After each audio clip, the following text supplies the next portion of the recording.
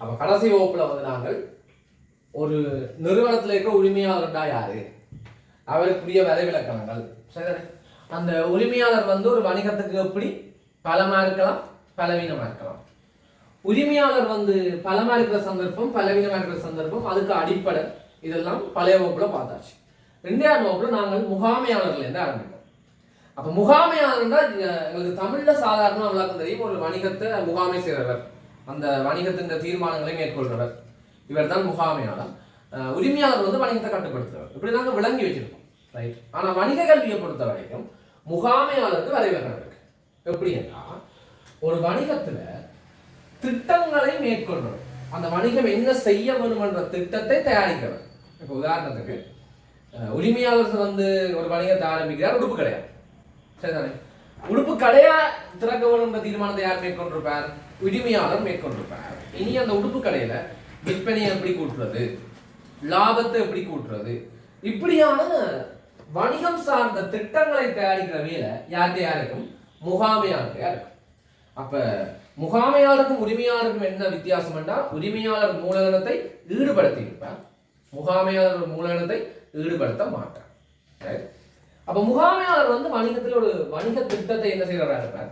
தயாரிக்கிறதா இருப்பார். திட்டம் என்றால் என்னது? எப்படி விற்பனையை கூட்டுறது, ஒரு புது வணிகத்தை எப்படி நடத்துறது, அதுல எந்த இடத்துல வச்சு பொருளை விற்கும், எந்த இடத்துல பொருட்களை வாங்கும், இந்த மாதிரி எல்லா தீர்மானங்களையும் மேற்கொள்றது யாரா இருக்கும்? முகாமையாளர். அப்ப முகாமையாளருக்கு என்ன வரைவிலக்கணும்டா, வணிக திட்டத்தினை தயாரித்தல், வணிக தீர்மானங்களை மேற்கொள்வது, இந்த 2 பேரையும் செய்யறதுதான் என்னது? முகாமையாளர். அப்ப முகாமையாளருக்கு வரைவிலக்கணம் எப்படி இருக்கும்? வணிக திட்டத்தினை தயாரிப்பதும் தீர்மானம் எடுத்தலை மேற்கொள்பவர் முகாமையாளர் எனப்படுவார் என்று விளக்கம் இருக்கும், சரிதானே? அப்ப திட்டத்தை தயாரித்தல் என்று விளங்கிட்டாங்க, தீர்மானத்தை மேற்கொள்றது என்று விளங்கிட்டாங்க. இதுதான் முகாமையாளர் பிரதான வேலை. இந்த முகாமையாளர் வந்து எங்களை வணிகத்துக்கு சில சமயங்கள்ல பலமாகவும் சில சமயங்கள்ல பலவீனமாகவும் இருக்கணும். அப்ப நாங்க ஏற்கனவே படிச்சுட்டோம், அகச்சூழலை வச்சு நாங்கள் பலவீனமும், புறச்சூழலை வச்சு வாய்ப்பு அச்சுறுத்தலும் நாங்கள் கண்டுபிடிப்போம். அப்படி பார்க்கல ஒரு நிறுவனத்துல முகாமையாளர் எப்படி பலமாக இருக்கலாம் அப்படின்னா, நாங்க ஏற்கனவே படிச்சிருக்கோம். எதை வச்சு நாங்கள் அதை படிச்சு கொண்டிருக்கிறோம்?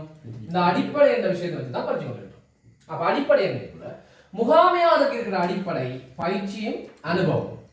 அப்ப சொல்லுவோம், ஒரு நிறுவனத்தில் இருக்கிற முகாமையாளருக்கு அதிக அளவு பயிற்சி, நல்ல பயிற்சி இருக்கு, அந்த வேலை சம்பந்தமா நல்ல அனுபவம் இருக்கு, ஒரு 5 வருஷம் அனுபவம், 10 வருஷம் அனுபவம் இருக்கு. அப்ப அப்படிப்பட்ட பயிற்சியும் அனுபவமும் அதிகமாக ஒரு முகாமையாளருக்கு இருந்தா, எங்கள் வணிகத்தில் இருக்கிற முகாமையாளருக்கு பயிற்சியும் அனுபவம் அதிகமா இருக்கு. அப்படி அதிகமா இருந்தா நாங்க அதை என்ன சொல்லுவோம்? பலம் என்று சொல்லுவோம். அது சும்மா எவ்வளவு? அப்ப பலவீனம் எப்படி வரப்போகுது? இந்த பயிற்சியும் அனுபவம் எப்படி இருக்கும்? இல்ல அல்லது குறைவா இருந்தா அது என்னது? பலவீனம். அடுத்த பாருங்க, ஒரு முகாமையாளர் தீர்மானம் எடுக்கிறார், அவருக்கு பயிற்சியும் அனுபவம் அதிகமா இருக்கு. அப்ப அவர் எடுக்கிற தீர்மானங்கள் எல்லாம் என்னவா இருக்கும்? சரியா இருக்கு. அப்ப ஒரு சரியான தீர்மானங்களை எடுக்கிற முகாமையாளர்கள் இருக்கிறார், அது எங்களுக்கு என்னது? பலம். அதே முகாமையாளர் எடுக்கிற தீர்மானங்கள் எல்லாம் பிழையா இருக்கு, அப்ப என்னன்னு சொல்லுவோம்? பிழையான தீர்மானங்களை மேற்கொள்ற முகாமையாளர் இருக்கிறது பலவீனம். அப்ப சிம்பிளா முகாமையாளர் என்றால் என்ன, முகாமையாளர் எப்படி பலமாக அமையலாம், எப்படி பலவீனமாக அமையலாம். அப்ப பலம் பலவீனத்துக்கு தனித்தனிய பாடமாக இதை பாடமாக்கி விடலாம். இந்த அடிப்படையை விளங்கி வச்சு விடலாம், பாடமாகவும் தேவையில்லை. அப்ப என்ன அடிப்படை? பயிற்சியும் அனுபவமும் தீர்மானம், இந்த 2 அடிப்படை அவங்களுக்கு விளங்கி இருந்ததுனால் நாங்க என்னதை உருவாக்கலாம்? பலத்தையும் பலவீனத்தையும் எழுதலாம். விளங்கிடுதா? ரைட், கவனிங்க. ரைட், இப்ப இத பலம் பலவீனம் ஈஸியா சொல்லக்கூடிய மாதிரி இருக்கு. ஆனா நான் சொன்னேன், நீங்க இதை விளங்கி வைக்கணும். கேள்வியில எப்படி வரும்? இது ஒரு வசனமாக சொல்லிட்டு அதுல இருக்கிற பலத்தை கண்டுபிடிங்கோ, உரிமையாளர் சம்பந்தமான பலவீனத்தை கண்டுபிடிங்கோ அப்படின்னு சொல்லியிருக்கோம். ரைட், அப்ப முகாமையாளர் வந்து ஒரு புகழ்பெற்ற இலங்கையின் பல்கலைக்கழகத்தில் தனது பட்டப்படிப்பை முடித்தவர் ஆவார். அப்ப அப்படின்னு வருவது அது எப்படியா இருக்கும்? இந்த எப்படி இருக்கும் வணிகத்துக்கு? முகாமையாளர் 5 வருட அனுபவத்தை கொண்டவர், இப்படித்தாங்க. அப்ப எங்களுக்கு அது எப்படி பலம் எப்படி பலவீனம்ன்றதை கண்டுபிடிக்க தெரிஞ்சா சரி. அப்ப அது உண்மையில என்னவா இருக்கணும்? பாடமா இருக்கிறத விட முக்கியமா விளங்கி இருக்கும். விளங்கி இருந்தா கண்டுபிடிக்கணும், சரிதான்? ரைட். இந்த அடிப்படைகள் இருக்குல்ல, இந்த அடிப்படைகள் நாங்கள் கொப்பியில் எழுதி வச்சிருக்கோம். அடிப்படை எழுதி வச்சிருந்தா ஈஸியா என்ன செய்யலாம்? பாடமாக்கலாம். விளங்குதா?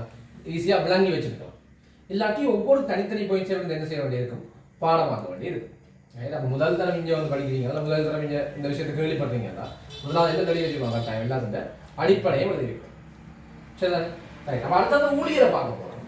ஊழியர் தொடர்பாக எப்படி வரைவிலக்கணம் வருமெண்டா, இப்போ முகாமையாளர்கள் வந்து திட்டத்தை தயாரிக்கணும், தீர்மானங்களை மேற்கொள்ளணும். அப்ப திட்டத்தை தயாரிக்கிறதும் அது தொடர்பான தீர்மானங்களை மேற்கொள்வதும் ஆற்ற வேலையா இருக்கும், முகாமையாளர் வேலையா இருக்கும். இப்ப இவற்ற வேலை தீர்மானங்களை மேற்கொள்வதும் திட்டத்தை தயாரிக்கிறதும் நின்றும். இவ வந்து கீழறங்கி நின்று உற்பத்தி வேலையோ அல்லது சந்தைப்படுத்தல் வேலையோ செய்ய போயினவா இல்லை, உற்பத்தியும் செய்ய மாட்டேனும் சந்தைப்படுத்தலும் வந்து செய்ய மாட்டோம். அப்ப முகாமையாளர்கள் மேற்கொள்கின்ற தயாரிக்கின்ற திட்டங்களையும் அவர்கள் மேற்கொள்கிற தீர்மானத்தையும் யாராவது என்ன செய்யும், அந்த நிறைவேற்றும். இப்படி முகாமையாளர்கள், உயர்மட்ட முகாமையாளர்கள் அல்லது முகாமையாளர்களால் தயாரிக்கப்படுகின்ற திட்டங்களையும் தீர்மானங்களையும் நடைமுறைப்படுத்துவதற்காக அவைக்கு கீழே, அப்ப கீழ்மட்டத்தில் காணப்படும் கருமங்களை மேற்கொள்பவர்கள் தான் யாரு, ஊழியர்கள். அப்போ ஒரு உதாரணமா பார்த்தோம்னா, உயர்மட்டத்தில் இருக்கிற ஒரு முகாமையாளர் வந்து தீர்மானம் எடுக்கிறார், நாங்கள் வந்து ஆடைகளை உற்பத்தி செய்ய போறோம், அது இந்த டிசைன்ல உற்பத்தி செய்ய போறோம், அல்லது ஆண்களுக்கான ஆடைகளை உற்பத்தி செய்ய போறோம். இப்ப அவர் தீர்மானத்தை விட்டுருவார், உடுப்பு எப்படி என்ன மாடல்ல என்ன கலர்ல தைக்கணும் எல்லாம் தீர்மானம் எடுத்துருவார். இப்ப அந்த உடுப்பை தைக்க வேண்டிய வேலை, அந்த கர்மத்தை செய்ய வேண்டிய வேலை ஆட்டையா இருக்கும், ஊழியத்தையா இருக்கும். இப்ப வரை விளக்கணத்துக்கு விளக்கம் வந்துட்டுதா? அப்ப வரை விளக்கணம் என்ன சொல்லுது, முகாமையாளர்களுடைய திட்டத்தையும் தீர்மானத்தையும் நிறைவேற்றுகின்ற கர்மத்தை ஆற்றுபவர் தான் யாரு, ஊழியர். அப்ப அந்த கர்மத்தை ஆற்றுபவர் தான் ஊழியர். அந்த ஊழியர் என்ன கர்மத்தை ஆற்றுகின்றார், இவர் எடுக்கிற திட்டம். இப்ப இவர் வந்து ஒரு ஆடையை உற்பத்தி செய்ய போறாருன்னா, அந்த ஆடை என்ன வடிவத்துல உற்பத்தி செய்யணும், ஆண்களுக்கான ஆடையா என்னென்ற எல்லா விவரத்தையும் எல்லா திட்டத்தையும் யார் மேற்கொள்வார், முகாமையாளர் மேற்கொள்வார். அவர் தயாரிக்கிற அந்த திட்டத்தை நடைமுறைப்படுத்த வேண்டியது, செய்ய வேண்டியது ஆற்ற வேலையாகும், ஊழியற்ற வேலையாகும். அப்ப அந்த திட்டத்தை அவர் மேற்கொள்வார், அதை தைக்கப்படுறது ஆற்ற வேலையாகும், ஊழியற்ற வேலையாகும். அப்ப ஊழியருக்கு வரை விளக்கம் சொல்ல எப்படி சொல்லுவீங்க, உயர்மட்ட முகாமையாளர்களின் திட்டங்களையும் தீர்மானங்களையும் நடைமுறைப்படுத்துவதற்காக கீழ்மட்டத்தில் காணப்படும் கர்மங்களை மேற்கொள்பவர்கள் ஊழியர்கள். விளங்குதா? அப்ப முகாமையாளர் சொல்றது யார் செய்வார், ஊழியர் செய்வார். இப்ப பார்ப்போம் ஊழியருக்கு எப்படி நாங்கள் பலம் எழுதுவோம், பலவீனம் எழுதுவோம் பார்ப்போம். சரி, அப்ப ஊழியருக்கு நிறைய அடிப்படை இருக்கு. மொத்தம் எத்தனை அடிப்படை இருக்கு, 6 அடிப்படைகள் இருக்கு.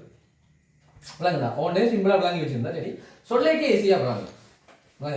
காரணம் திறமையும் அனுபவமும் ஒரு ஊழியர்கிட்ட அதிகமா இருக்கு. எங்களோட வணிகத்தில் இருக்கிற ஊழியர்கள்ட்ட நல்ல திறமையானவும் அனுபவம் உள்ள ஊழியர்கள் எங்களை நிறுவனத்தை இருக்கணும். அப்ப அது எங்களுக்கு என்னது, பலம். அதே அனுபவமும் திறமையும் அற்ற அல்லது திறமை குறைவான ஊழியர்கள் இருந்தா பலவீனம்.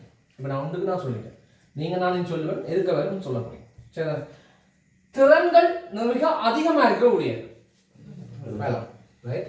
திறன்கள் குறைவா இருக்கிற ஊழியர்கள் பலவீனம், ரைட். நல்ல மனப்பாங்கு உள்ள ஊழியர்கள் பலம், நல்ல மனப்பாங்கு அற்ற ஊழியர்கள் பலவீனம், ரைட். உள்ள ஊழியர்கள் பலம், அற்ற ஊழியர்கள் பலவீனம், ரைட். நன்னடத்தை இல்லாத ஊழியர்கள். அப்ப நன்னடத்தை இருக்கிறா அந்த வேலை நேரத்தில் வேலையை கட் பண்ண வேணும், வேலை செய்யாமல் இருப்பினும் அந்த டைம்ல வேறு ஏதாவது வேலை கழிச்சு கொண்டிருக்கணும். இது நன்னடத்தை இல்லாத ஊழியர்கள். அது எங்களுக்கு என்னது, பலவீனம். அதே நன்னடத்தை உள்ள ஊழியர்கள் தான் பலம், ரைட். மாறியும் சொல்லுறாங்க. பொறுப்பு வகை கூறல், தான் ஒரு பொறுப்பை ஏற்றால் அந்த பொறுப்புல ஏற்பட்ட பிழைக்கு தான் தான் பொறுப்புன்னு சொல்லி முன்வந்து ஏற்கிற மனப்பான்மை உள்ள ஊழியர் இருக்கிறது பலமா, அல்லது அந்த பொறுப்பை ஏற்றுக்கொள்ளாமல் ஒதுங்கி போறாங்க இருக்கிறது பலமா? அப்ப எங்க நிறுவனத்துல அந்த பொறுப்பை ஏற்றுக்கொள்ளக்கூடிய ஊழியர் இருந்தால் வகை கூறல், பொறுப்பை ஏற்றுக்கொள்றாங்க இருந்தால் அதை வகை கூறல் சொல்லுவோம். அப்படி பொறுப்புகளை ஏற்றுக்கொள்றாங்க இருந்தால் எங்களுக்கு என்னது, பலம். ஏற்றுக்கொள்ளாதாக இருந்தா சரியா? அதே மாதிரி ஊக்கம் உள்ள ஊழியர்கள் இருந்தா, ஊக்கம் இல்லாத ஊழியர்கள் இருக்கிறது. அப்ப இதுல விளங்குறதுக்கு உண்மையிலேயே ஒன்றும் இல்லை. சொல்லேக்கே எங்களுக்கு விளங்குது, ஊக்கம் இருந்தா நல்லது, ஊக்கம் இல்லாடி கூடாது. அப்ப ஊக்கம் இருந்தா பலம், ஊக்கம் இல்லாடி பலம். இது சொல்லேக்கே விளங்குது. அப்ப இங்க எதை பாடமாக்கணும், இந்த அடிப்படை தான் பாடமாக்கணும். அப்ப இந்த அடிப்படை எழுதி வச்சுக்கணும்பா. தேவையான அடிப்படை எழுதி வச்சிருந்தீங்களா இருந்தா அதன்படி எழுதிருக்கீங்களான்னு பார்த்துக்கொள்ளுங்க. தேவை விளக்கம் இருக்கின்றது அதை எழுதிக்கொள்ளுங்க. சரி.